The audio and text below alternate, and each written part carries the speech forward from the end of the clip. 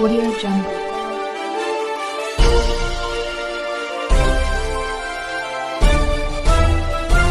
Audio Jungle. ಆತ್ಮೀಯ ವೃತ್ತಿ ಬಾಂಧವರೇ, ಎಲ್ಲ ಪತ್ರಕರ್ತರಿಗೆ ನಮಸ್ಕಾರ. ಬಹುಶಃ ನಮ್ಮ ಸುದ್ದಿ ಮನೆಯಲ್ಲಿ ಕೆಲಸ ಮಾಡುವಂಥ ಎಲ್ಲ ಪತ್ರಕರ್ತರಿಗೆ ಇವತ್ತು ಒಂದು ಸಂಭ್ರಮದ ದಿನ, ಸಂತೋಷದ ದಿನ, ಬಹುದಿನಗಳ ಬೇಡಿಕೆ ಈಡೇರಿತಂಥ ದಿನ. ದಶಕಗಳ ಹೋರಾಟ ನಮ್ಮ KWJ ಏನು ಮಾಡಿದ್ವಿ, ಆ ಹೋರಾಟಕ್ಕೆ ಜಯ ಸಿಕ್ಕ ದಿನ. ಆ ಕಾರಣಕ್ಕೋಸ್ಕರ ಇವತ್ತು ಮೊದಲಿಗೆ ಎಲ್ರಿಗೂ ನಾವು ಈ ಸಂಭ್ರಮದಲ್ಲಿರುವ ಸಂದರ್ಭದಲ್ಲಿ ಸಮಸ್ತ ನಾಡಿನ ಪತ್ರಕರ್ತರ ಪರವಾಗಿ ನಾಡಿನ ಮುಖ್ಯಮಂತ್ರಿಗಳಾದಂಥ ಸಿದ್ದರಾಮಯ್ಯ ಅವರಿಗೆ ಧನ್ಯವಾದಗಳನ್ನು ಸಮರ್ಪಣೆ ಮಾಡ್ತಾಯಿದ್ವಿ. ಕಾರಣ ಏನಂದರೆ, ನಾವು ಭಾಳ ದಿನಗಳಿಂದ ಕೇಳ್ತಾ ಬಂದಿದ್ದು, ನಮ್ಮ ಗ್ರಾಮೀಣ ಭಾಗದಲ್ಲಿ ರೂರಲ್ ಸೆಗ್ಮೆಂಟಲ್ಲಿ ಕೆಲಸ ಮಾಡುವಂಥ ಪತ್ರಕರ್ತರಿಗೆ ಯಾವುದೇ ಸೌಲಭ್ಯಗಳು ಸಿಗ್ತಾ ಇಲ್ಲ. ಹಾಗಾಗಿ ಆ ದೃಷ್ಟಿಯಲ್ಲಿ ನೀವು ಗಮನದಲ್ಲಿಟ್ಕೊಂಡು ಕನಿಷ್ಠ ಅವರಿಗೆ ಉಚಿತವಾಗಿ ಟ್ರಾವೆಲ್ ಮಾಡಲಿಕ್ಕೆ, ಸುದ್ದಿ ಸಂಗ್ರಹಣೆ ಮಾಡಲಿಕ್ಕೆ, ಹೋಗಲಿಕ್ಕೆ ಸಾಧ್ಯವಾಗುವ ರೀತಿಯಲ್ಲಿ ಜಿಲ್ಲಾ ಮಟ್ಟದಲ್ಲಿ ಪತ್ರಕರ್ತರಿಗಾಗಿ ಉಚಿತ ಬಸ್ ಪಾಸ್ ಕೊಡಬೇಕು ಅಂತೇಳಿ ವಿನಂತಿಯನ್ನು ಮಾಡಿದ್ವಿ. ಮೊನ್ನೆ ಅಷ್ಟೇ ಫೆಬ್ರವರಿ 3 ಮತ್ತು 4ನೇ ತಾರೀಕು ದಾವಣಗೆರೆಯಲ್ಲಿ ನಡೆದಂಥ ಸಮ್ಮೇಳನದಲ್ಲೂ ಕೂಡ ಇಡೀ ಪತ್ರಕರ್ತರ ಪರವಾಗಿ ಈ ಹಕ್ಕೊತ್ತಾಯವನ್ನು ಮುಖ್ಯಮಂತ್ರಿಗಳಿಗೆ ಮಂಡನೆ ಮಾಡಿದ್ವಿ. ಆ ಸಂದರ್ಭದಲ್ಲಿ ಮುಖ್ಯಮಂತ್ರಿಗಳು ಭರವಸೆಯನ್ನು ಕೊಟ್ಟಿದ್ದರು, ಮಾತನ್ನು ಕೊಟ್ಟಿದ್ದರು. ಖಂಡಿತವಾಗಿ ಈ ಬಾರಿ ಬಜೆಟ್ನಲ್ಲಿ ಅದನ್ನು ಪತ್ರಕರ್ತರಿಗೆ ಬಸ್ ಪಾಸ್ ಸೌಲಭ್ಯವನ್ನು ಮಾಡಿಕೊಡ್ತೀನಿ ಅಂತೇಳಿ ಹೇಳಿದರು. ಹಾಗಾಗಿ ಮಂಡ್ಯದಲ್ಲಿ ನಡೆದಂಥ ಸಮಾವೇಶದಲ್ಲೂ ಕೂಡ ಇದೇ ಮಾತನ್ನು ಹೇಳಿದರು.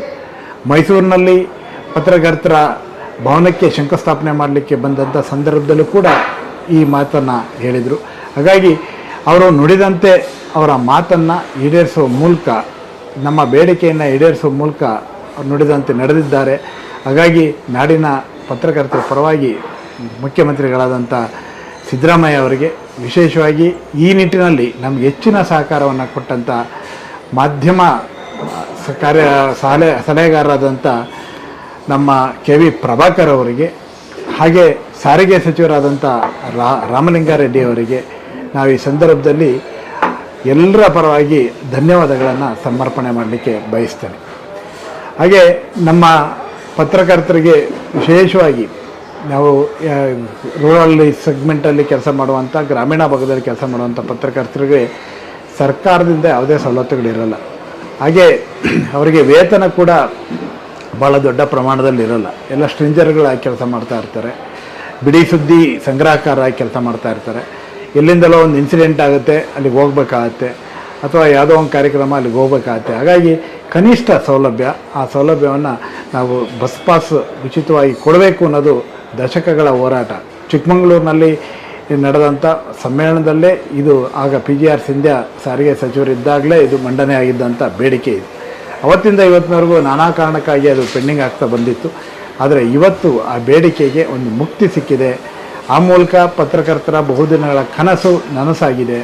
ಹಾಗಾಗಿ ಇಡೀ ಸಮಸ್ತ ಗ್ರಾಮೀಣ ಪತ್ರಕರ್ತರೆಲ್ಲರಿಗೂ ಈ ಸೌಲಭ್ಯ ಸಿಗುವಂತೆ ಆಗಲಿ ಅಂತೇಳಿ ಆಶಿಸ್ತೇನೆ.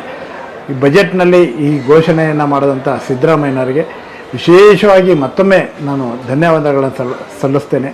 ಹಾಗೆ ಈ ಯೋಜನೆಯನ್ನು ಆದಷ್ಟು ಬೇಗ ಕಾರ್ಯರೂಪಕ್ಕೆ ತರಬೇಕು ಅಂತೇಳಿ ವಿನಂತಿಯನ್ನು ಮಾಡಿ, ವಾರ್ತಾ ಇಲಾಖೆಯ ಅಧಿಕಾರಿಗಳು, ಹಾಗೆ ಜಿಲ್ಲಾ ಮಟ್ಟದಲ್ಲಿ ಅಲ್ಲೂ ಕೂಡ ಒಂದು ಕಮಿಟಿಯನ್ನು ಮಾಡಬೇಕಾಗುತ್ತೆ ಜಿಲ್ಲಾಧಿಕಾರಿಗಳ ನೇತೃತ್ವದಲ್ಲಿ. ಹಾಗಾಗಿ ಅಲ್ಲಿ ಆ ಕಮಿಟಿಗಳನ್ನು ಕೂಡ ಬೇಗ ಮಾಡಿ ಈ ಗ್ರಾಮೀಣ ಪತ್ರಕರ್ತರ ಬಸ್ ಪಾಸನ್ನು ಬೇಗ ಕಾರ್ಯರೂಪಕ್ಕೆ ತರುವಂತೆ ಮಾಡಲಿ ಅಂತೇಳಿ ವಿನಂತಿಯನ್ನು ಮಾಡ್ತೀನಿ. ಹಾಗೆ ಇದಕ್ಕೆ ಸಹಕಾರ ಕೊಟ್ಟಂಥ ಎಲ್ಲರಿಗೆ ಮತ್ತೊಮ್ಮೆ ಪ್ರಭಾಕರ್ ಅವರಿಗೂ ಕೂಡ ಅಭಿನಂದನೆಗಳನ್ನು ಸಲ್ಲಿಸ್ತೀನಿ. ಎಲ್ಲರಿಗೂ ನಮಸ್ಕಾರ. Thank you.